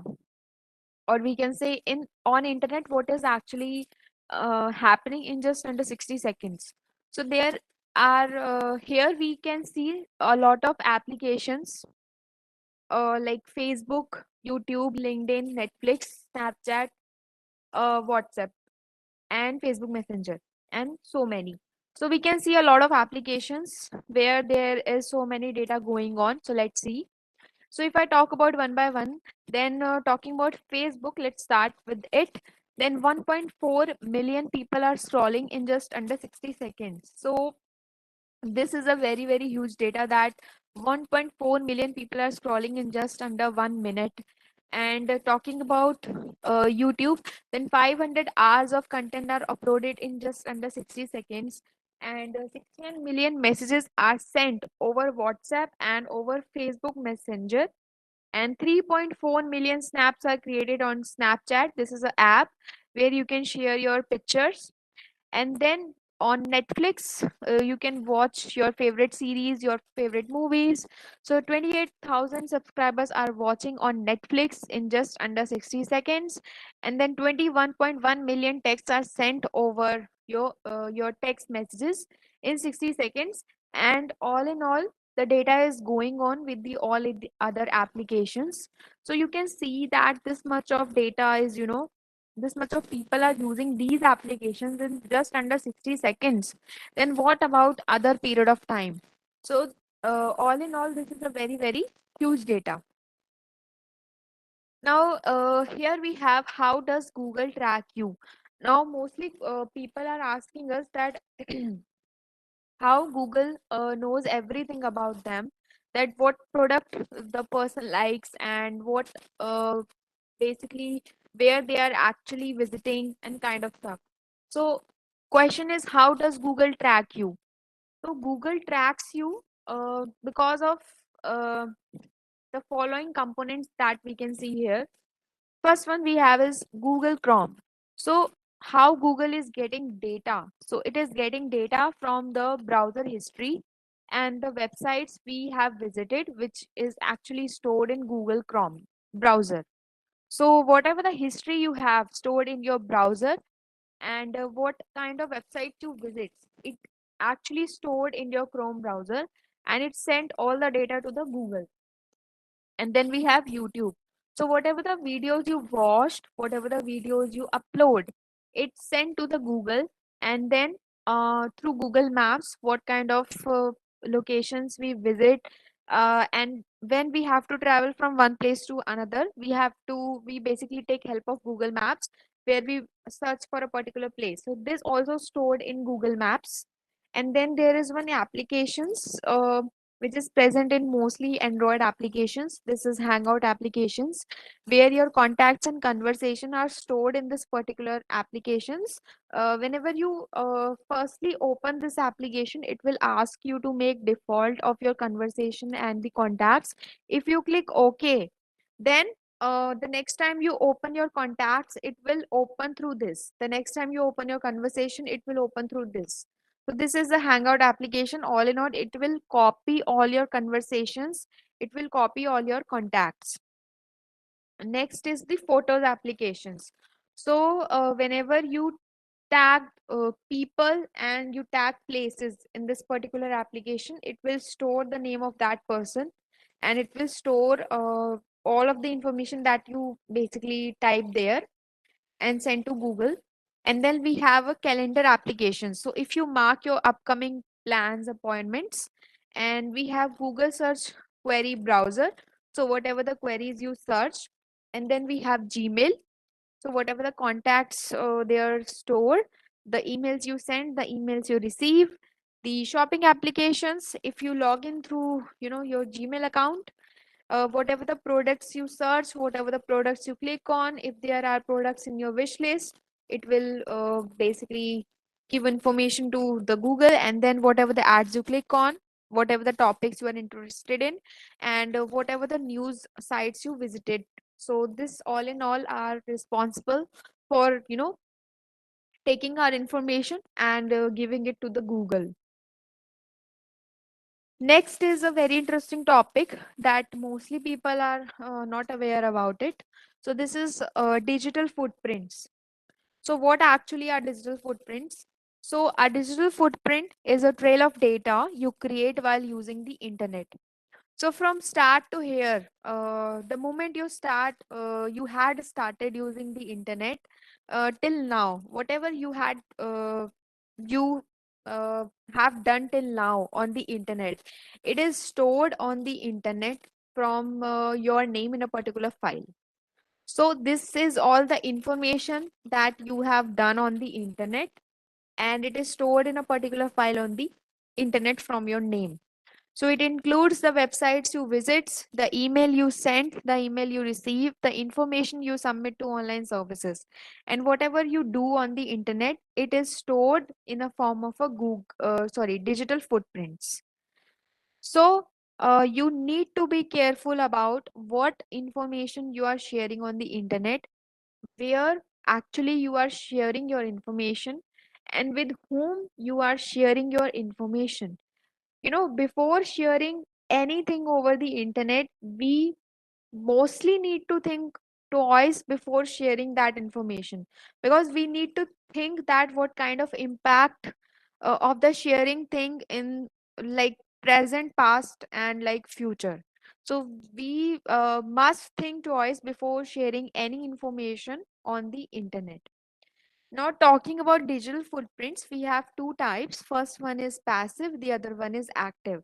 So, passive digital footprint is a trail, or we can say is a data trail you unintentionally leave online. Basically, let me give you a very simple example. Whenever you are new to any social media account, you create the account there. First you need to create a new account there, and while creating the new account you need to provide your personal information, like your name, your email address, your mobile number, and your hobbies, and which school you had studied, which college you had graduated, where you are currently working, where you had worked in the past, things like that. And we are responsible for sharing our information to those social media applications, and we are actually giving our information to those social media applications. So this information is basically we are giving them to the social media applications. So this is actually passive digital footprints. And then we have is active digital footprint. So in active digital footprints, an active digital footprint includes data that you intentionally submitted online. So whenever you are submitting, online forms where they are asking your personal informations. So this is actually active digital footprints that once you visit any website, and a pop-up will come and they will ask you like you can win like a holiday trip while filling this particular link. So you need to give your mobile number, your name, your email address, and you need to answer few questions, and then you can win a holiday trip with your family and friends, so things like that. And we give our information to those links and those websites. So this is actually active digital footprints where we are unintentionally giving information to the internet. So you need to be smart about what kind of sites you are visiting, what kind of emails you are actually opening, and what kind of links you are actually clicking upon, because everything is storing on the internet, and we need to make sure that whenever we are using internet, we are using in a very very secure way, so that we can secure ourselves and we can secure our information also. Now, a question arises is how to preserve your digital footprint. Because one more thing I would like to clear here, that you cannot delete your digital footprints. The question will come in many minds, that can we like delete our digital footprints? So the answer is no, you will not be able to delete your digital footprints. Once the information is gone to the internet, you will not be able to delete that information from the internet. You can delete it from your devices, your mobile phones, laptops, desktops, but you will not be able to delete it from the internet. Once it is posted, it will remain posted forever. Now, how to preserve your digital footprint? Always think long term before posting anything. Avoid making virtual or online friends, because how can you trust that the other person sitting behind the screen is actually a genuine person or a fake person? So avoid making virtual friend as much as possible. Keep your personal information private. Verify the profile on different platforms like LinkedIn, Twitter, Instagram, and Facebook. So this means that if you are active on social media, and if you receive any friend request on any of the social media platform, then before accepting that friend request, what you can do, you can search for the same person on different platforms. Like if you receive any request on Facebook, you can go to Instagram if you are using Instagram. If you are using Twitter, you can search for that person. If you are using any sort of other social media platforms, you can go through there and search for that person. And if you find that person is looking genuine, definitely you can accept. Otherwise, please delete or block that person request. Use privacy settings on social networking pages. Definitely, every social media app is having a lot of privacy settings for your privacy. So, it is our right to go to the privacy settings of each and every social media application that we are using. And we basically select by reading each and everything that, okay, I want this kind of privacy and our information is actually secure.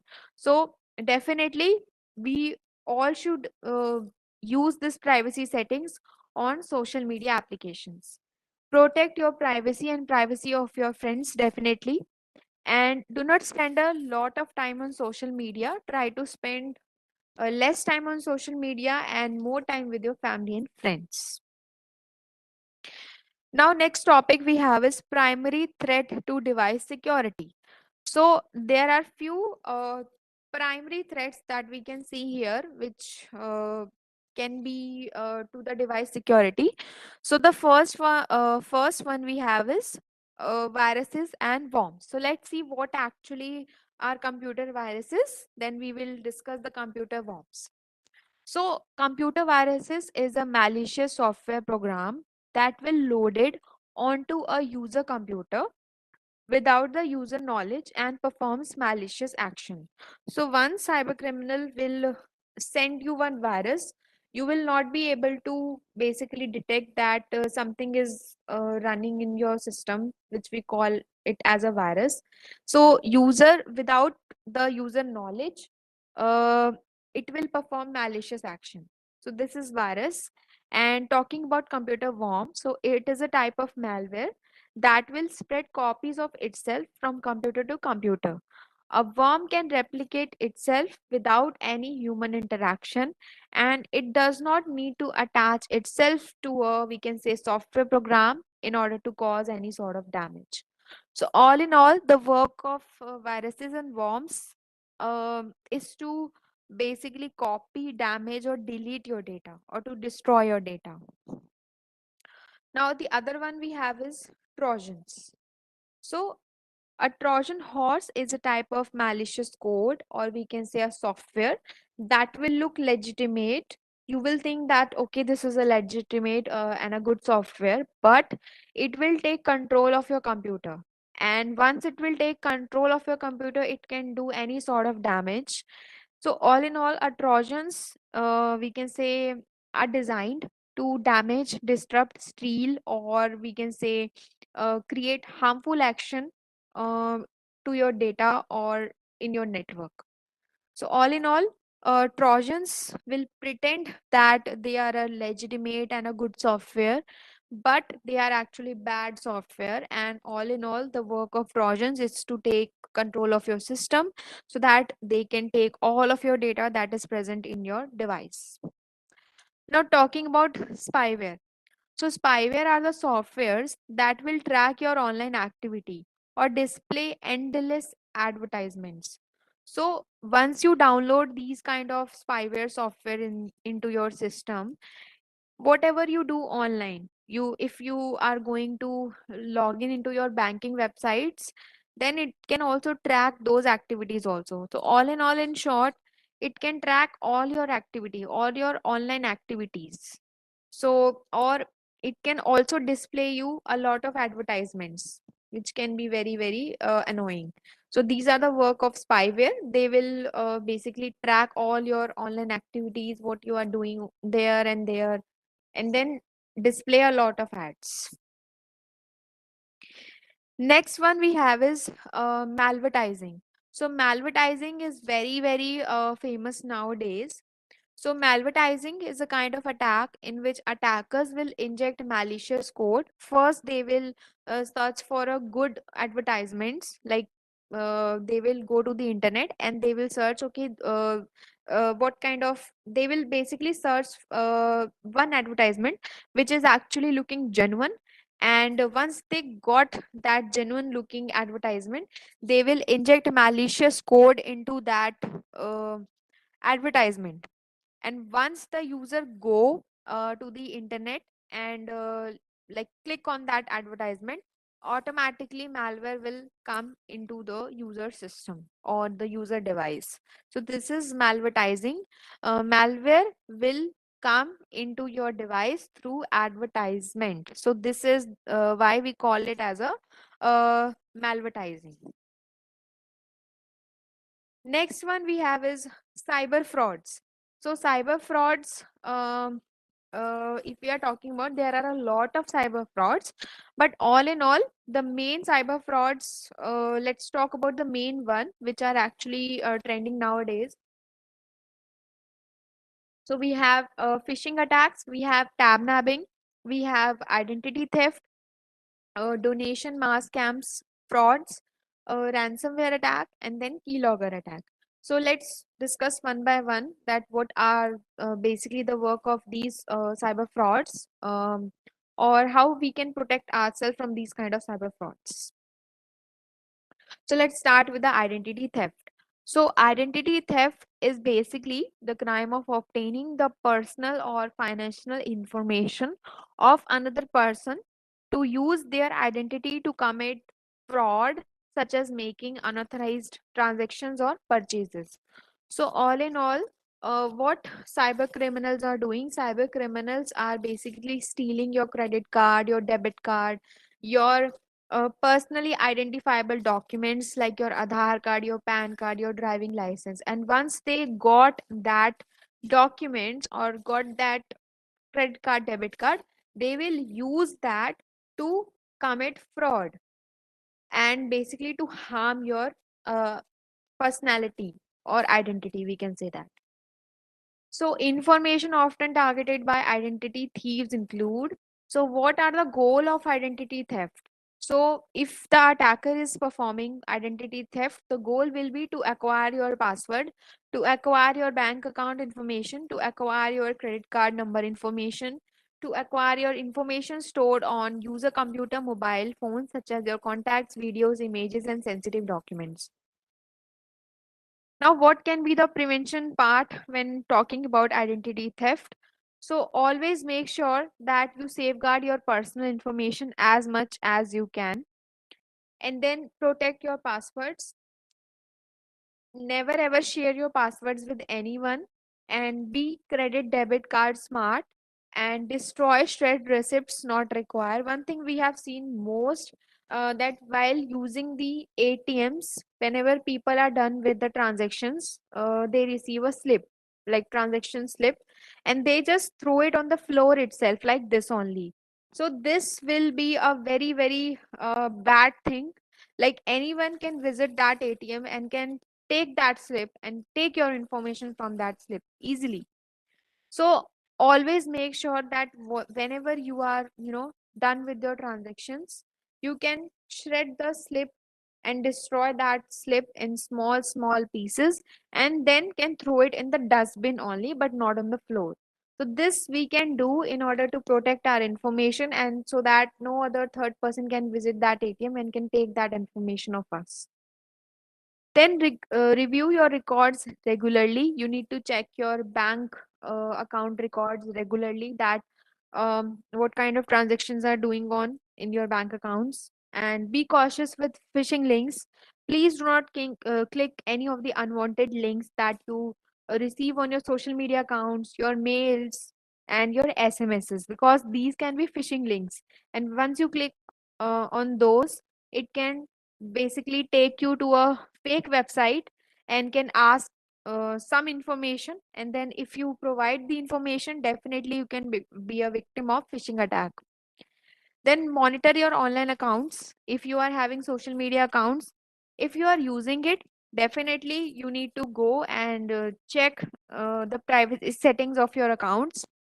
If you are not using those accounts, then it is kindly requested to please delete your accounts, because any hacker can search for your account, and if he knows that you are not active on your social media account, he can easily hack your accounts. And once he or they the hackers will hack your account, they can basically be a friends with your friends, and they can chat with your friends, they can chat with your family members or your relatives, and they can ask money um, by using your name, and they can ask any information by using your name. So this is happening nowadays a lot. So it is requested to all the participants that if you are active on social media accounts, then you need to set up privacy settings so that no other person which is not your friend can see your information. And if you are not active, then it is requested to please delete your account as soon as possible. Last one we have, be careful with public Wi-Fi. So if you are doing transactions with public Wi-Fi, then please stop, because we never know that who is the person sitting behind that public Wi-Fi, and what kind of any hacker can attack on that public Wi-Fi. And if you are connected with that public Wi-Fi and if you are doing any sort of transactions, you know you can also be a victim of that attack. So be careful whenever you are doing public Wi-Fi. Do not do any sort of transactions, and if you need to use a public Wi-Fi, kindly go to the private browser and do access the information there only. So what to do if you are a victim of identity theft? You need to change your passwords as soon as possible. You need to report it to police immediately. You need to contact your bank or financial institution that you are a victim of identity theft. Now what to do next thing? Next one we have is keylogger cyber fraud. So how is cyber fraud happening with keylogger? Let's see also. So keylogger is a software or a hardware capable of recording input from a computer keyboard and intercepting keystrokes without the user knowledge. So once a keylogger is installed in your system, whatever you type through keyboard in your system, whatever you type, like everything is storing in a particular file. Like if you are using your banking website and if you are typing your username and the password thing, it will also save that. So this is how much dangerous the keyloggers are. Now we have two type of keylogger. First one are the software and the other one is the hardware. So software are the same that if it is installed in your device, it can intercept each keystroke of your keyboard. And the other one is hardware. This is the look of the hardware. This is in that you can see in the picture, the small black thing is a hardware keylogger. So we mostly find the hardware keylogger in the cyber cafes. So whenever we are visiting cyber cafes, we do not check that what kind of hardware is attached to this particular system, whatever we are going to use. We do not check it. We just like sit and start doing the work. But before using those cafes, we need to make sure that whatever the system we are using, we basically check it whether any external device is attached through that system or not, because it can be very dangerous if this hardware keylogger is attached, because it will track everything whatever you are doing on your system. It will copy that. Next one cyber fraud we have is phishing. So phishing is a cyber crime in which a target or a lot of targets are contacted by email, telephone or text messages by someone posing as a legitimate person into providing their sensitive data, such as their personally identifiable document or personally identifiable information, their banking information, their credit card details, and the passwords. And once you provide them information, definitely you will be a victim of phishing attack. So these are the few examples we have added here of phishing websites in order to clear all the participants that the hacker are using these kind of tactics in order to fool people and in order to make a victim of phishing attack. So what are the example? Let's see. So here in the first one, www.gmai1.com. So attacker has used one instead of L in Gmail spelling, and the attacker has used 6 instead of B, which looks very much similar. We are seeing here, that's why we are able to recognize. But if we will see it in the URL form in the browser, then definitely we will not be able to recognize it in a very easier way. And then we have www.bankofindia.com. So instead of O, the hacker has used a 0, and then in the Yahoo it is 00 instead of double O. So this is how the phishing websites are creating in order to fool people. So how to identify fake phishing websites? So let me share my browser and then see that. Just give me a second. Let me share my browser.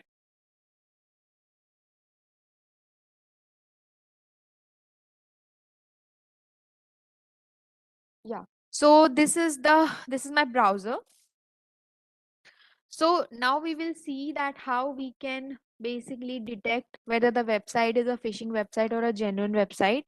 And we will also see that without using any sort of tool, just by manually analyzing, how we can detect whether that website is a genuine website or a fake website, or we can say is a phishing website. So here in front of you, I have opened CDAC website, which is www.cdac.in. So now let's start with the scratch. First thing, what you need to check. First thing, you will see the URL of the website.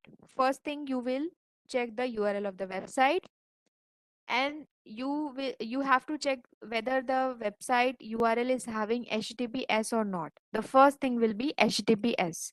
So here we can see HTTPS is already here. That means our website is secure enough. And the second thing what we will see, we will check the spelling of the URL. So in our case, the spelling is correct. This is www.cdac.in. Everything is same. Everything is fine. Third thing what we will see, third thing we will check whether the website is having a padlock or not. What we call it padlock, this is the small lock. You can see here this lock, we call it as a padlock. So third thing we will see, the website is having the padlock or not. If the website is having padlock, that's good. We need to click on the padlock, and then you will see site information for www.cdac.in. Here you can see connection is secure. Now, if you want to see more information, you can click on connection secure and you can click here. Here you can see you are securely connected to this site. Certificate issued to this particular company, verified by this particular company. And if you want to see more information, you can click on more information. Here you can see view certificate option. Now, what is this? Uh, I hope you all have heard the term digital certificates. Now, digital certificate basically proves the authenticity of a particular website. Now, if you want to see the digital certificate of that particular website, you can come here, you can click on view certificate, and there the certificate will open. Let me just, yeah, it will take time. Yes.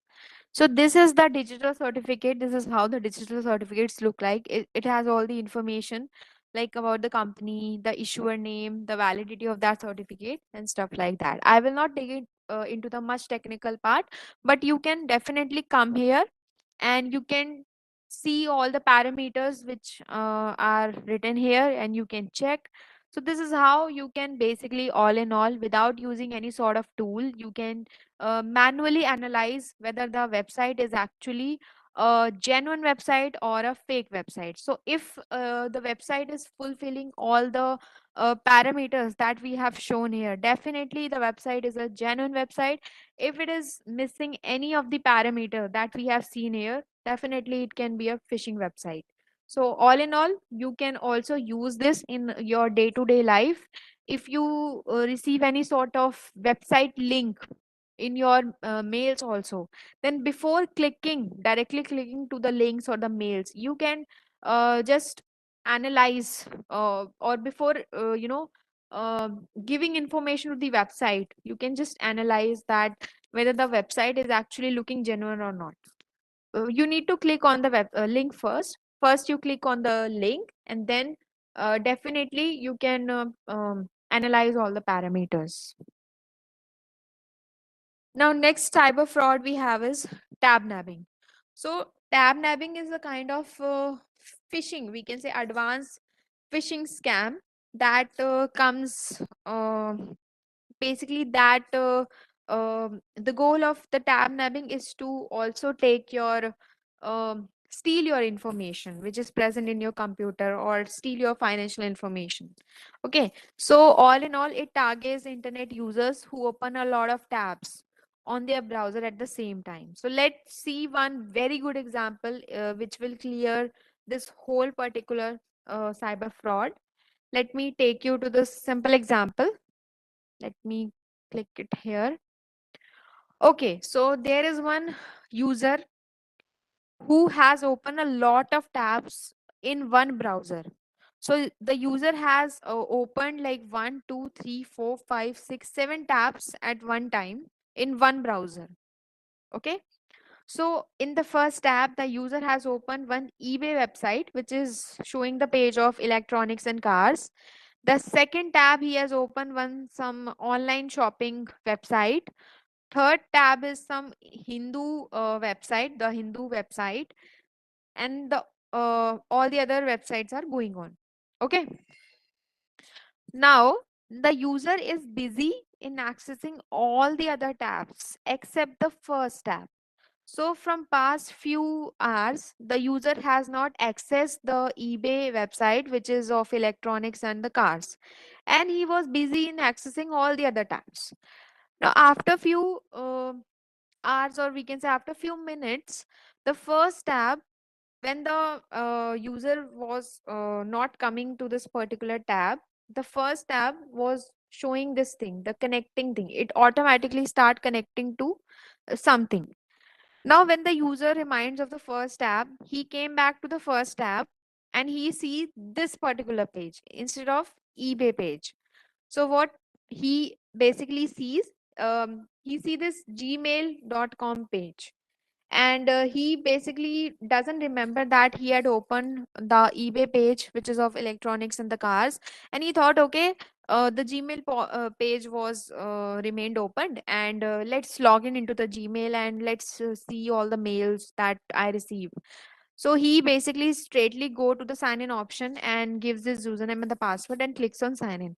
Once he clicks on the sign in, the original username and the password straightly go to the hacker, and then one authenticated page of Gmail will again occur, and the user will see that he need to log in again in this particular page, because the previous one was not authenticated page, it was a fake page, it was a fake phishing page. If you look at it carefully, it is gmai1.com, which is a phishing website. So when you enter your username and the password, it will send to the fake website. So this is how this particular tab nabbing cyber fraud attack basically happened.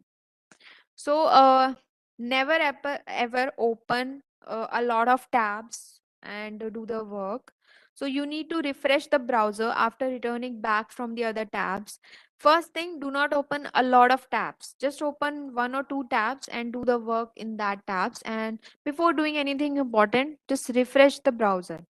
And check the URL correctness. You need to check the URL spellings also, whether the spelling of the URL is right or not. Like in this case, it is gmai1.com. If the user has seen it in a the read it the spelling of the URL, maybe he will be not the victim of this particular website.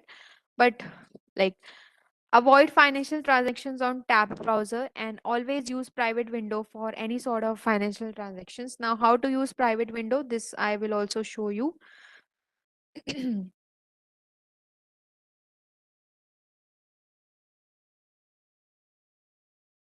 Yeah, so this is now how to use a private window.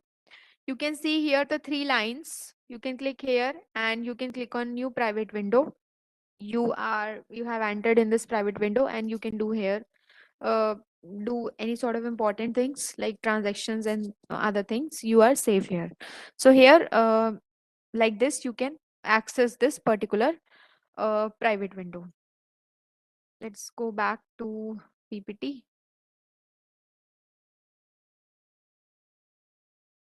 Okay. Now next cyber fraud we have is ransomware. So what is actually happening in ransomware? Let's see. So ransomware is a type of malware that prevents or limits user from accessing their system either by locking the system screen or by locking the user's file until and unless a ransom is paid to the hacker. Now we have two type of ransomware: crypto ransomware and locker ransomware. So in crypto ransomware, hacker will basically encrypt all your files and data, and it will encrypt all of that thing, and it will ask you some sort of money. When you give the hacker money, then only he will provide you the key to decrypt that data or file. If you will not provide the money to the attacker, then your data will remain encrypted. Next is locker ransomware. So in locker ransomware, your whole system or your whole device will be locked out and you will not be able to use anything on your system. So these are the difference between crypto one and the locker one. Next one we have is password security. So let's see what are the kind of attacks that are going on when it comes to password security, and let's see how you can basically create your own secure password and can use it different passwords on different accounts. So let's see.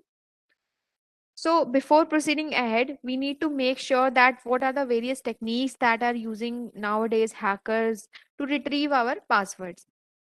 So first technique they are using is shoulder surfing. So this is a very basic technique that hackers are using. Let's suppose you are sitting on your office desktop and accessing information on your laptop. So while accessing that information, you are not taking care or you are not looking over behind your shoulder that someone is, standing behind me or not, or looking at my screen or not. So what is happening is you are busy in accessing information on your laptop or desktop, and some person is standing behind you and looking at your screen. And he or she, the person, whoever is, standing behind you, can see all of the information there. So this is actually shoulder surfing. Second is writing your passwords on paper or storing it on hard disk. So some people are habitual to write their passwords on paper or sticky notes and they just stick it on their office desktop or any of the tables. And anyone can visit your office desktop and can see your passwords anytime. So this shall not be done. Next one we have is brute force attack. So what is happening in brute force attack? So in brute force attack, basically this is a popular, we can say, cracking methods that are using nowadays by a lot of attackers. So a brute force attack involves guessing username and the passwords to gain unauthorized access to a system. So what hacker will do? Hacker will guess your username and the password. And if you are using a very easy username and the password, he will be success in, he can get success in getting your username and the password. Some people are still using weak passwords like their name, their telephone number, or sorry, their mobile number, or some people are using like ABCD 1 2 3 4 5 passwords like this. So we always shall remember this, that we do not use these kind of weak passwords, because nowadays hackers are using a lot of good tools which are present online, and they can easily crack your passwords if you are using these kind of passwords. Next is dictionary attack. So if you are thinking that you will take one very tough word from dictionary and you will use it as your password, definitely you are actually wrong. So what hackers are doing nowadays, there is one tool which will basically scan all the dictionary words in just like few minutes. So if you are using a word from dictionary as a password, it will crack your passwords in few minutes. So it is very easy to crack a dictionary password um, if you are using it. So do not use any words as a password from dictionary. So do not write your passwords anywhere. Do not give your passwords over phone or over email, over from any mode of medium. Do not give your passwords to anyone.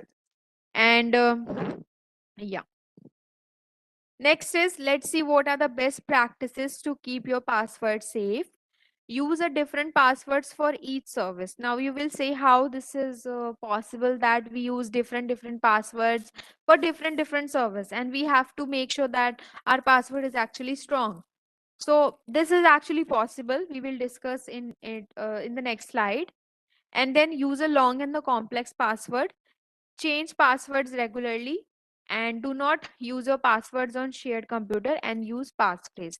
Now the first and the last point is actually relatable, that you need to use your different passwords for each service by using a passphrase. Let's see what actually is passphrase and how you can use it in order to make your password secure and complex and easy also. So this is actually passphrase, where you can take your favorite sentence. Like in my case, my favorite sentence is, never judge a book by its cover. Okay, this is my passphrase. Now I will create a strong password through this particular sentence. Now I will take from never I will take small n, from judge I will take small j, from a I will take at sign, and from B I will take 6 because it looks so much similar like B. Again I will take 6 from by, and then I will take exclamation sign from its like from I, and I will take capital C from cover. So now my password, which is actually strong, complex, and very easy to remember, is ready. And I can use this password, and I will never ever forget this password, because this is my favorite sentence. I have created a password from my favorite sentence. So this is how you can take different passphrases. You can take different sentences and create your own passwords. So this is how you can, this is the best technique till now, that you can use and create a password from your favorite sentences. Now coming to the prevention part, what in terms of prevention we can do. So always refresh the browser after returning back from other tabs. Avoid phishing emails and questionable answers. Use private browsing windows, and then always use updated and antiviruses software. Never ever download free softwares or free antiviruses, because nothing is available free on the internet. Everything is if they are giving you free something, then it will taking your information also. It will take your information also. Something is uh, like nothing is free on the internet. And then increase your browser security settings. You can go to the security setting page of your browser, whatever the browser you are using, and you can go and check that what kind of security settings are given there, and you can just read and set it according to you and according to your usage. Avoid financial transactions on tabbed browser. And do not fall for ads that tempt you into downloading free software. As we had discussed, nothing is freely available on the internet. And always clear cookies, cache, and history on daily basis. If you need to protect yourself from the internet threat, this is the first step, that whenever you are done with your internet activity, always clear cookies, cache, and history. Disable auto connect when joining networks. So just make sure that Wi-Fi tab is off of your mobile phone and it is not auto connecting with the other Wi-Fi networks. Never use passwords for Wi-Fi. Change the name of your default Wi-Fi passwords. Like in some cases, people are using the default Wi-Fi username and the password. Like in some cases, the password and the Wi-Fi both are admin and admin. So some people are still using these kind of username, the password of their Wi-Fi. So never ever use these kind of default passwords in the username. Disable your wireless home network while you are not at home, because anyone can, attack on your Wi-Fi and can gather the information. Do not use, do use two-factor authentication on everything possible. Now, what is two-factor authentication? Mostly applications right now are using two-factor authentication. Now, what actually is two-factor authentication? First one, you need to go to that application and then it will ask you to sign in. Definitely, you need to provide your username and the password and then click on sign in. Once you click on sign in, it will ask you one code. So that code will come into your mobile phone. Whatever the number you have given, it will come into your mobile phone. You have to provide that code. Then only you will able to log in into your uh, social media app or any app. So this is a very, very good method through which we can protect our app from hacking, or our we can say data from hacking. So wherever possible, you can use this two-factor authentication. Mostly social media applications are using this two-factor authentication method. You can go to the security settings and there you will find this particular two-factor authentication method, and you can definitely enable it. It will hardly take like 1 minute. It will ask you your mobile number and few questions, and then your two-factor authentication will be uh, like linked with your mobile number. And then do not install apps from third party. Definitely you can download applications from your stores and record IMEI number. Record the unique 15-digit IMEI number. If in case your mobile phone is lost or stolen, that IMEI number can be used for, registering complaint at your nearest police stations. We have few more prevention tips, like never ever open email attachments with the file extensions like VBS, SHS, and PIF.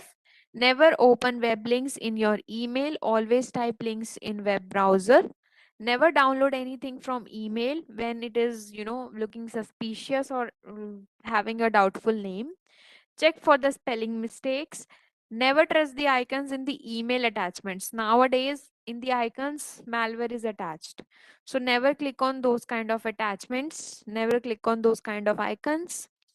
Never send your photograph through emails to unknown person. New viruses creep upon a daily basis. It is important that we do backup or our of our valuable data. So it is very much important to take backup of your data in case of any attack. The data should remain with us. So here we have only made it to the conclusion that the only system which is truly secure is one which is switched off and unplugged. So here the only way is to be safe, is to pay attention and act smart. And before posting anything over the internet, we need to make sure that we are thinking twice before sharing that information to the internet. So the mantra of online safety is to pause and think before you connect so that you can secure yourself and secure the nation. So thank you. Stay safe, stay secure, do your part, be cyber smart. This was it for the session. If you have any questions, definitely you can ask me. Thank you, everyone. Yeah, thank you, ma'am. Thank you for the elaborate session on these various aspects related to the information security. Sir, ma'am, if you have any questions, kindly keep it in the chat area so that we will try to address those questions. Is HTTPS is always safe? Is the question, ma'am. Yes, sir. HTTP is always safe. It makes the website secure. And yeah, while accessing any of the website, definitely first step is to check the HTTPS, as we have seen in the slides also, that the first step will be to check the HTTPS and then the URL correctness, and then proceed towards the website. Yeah. Alright, thank you, ma'am. And can we get these presentations, ma'am, for future reference? Definitely, sir. Okay, ma'am. And what precautions one must take if one has to use a public Wi-Fi network? Yeah, so while using public Wi-Fi network, first thing will be do not do any sort of transactions. So yeah, do not do any sort of transactions, or if you basically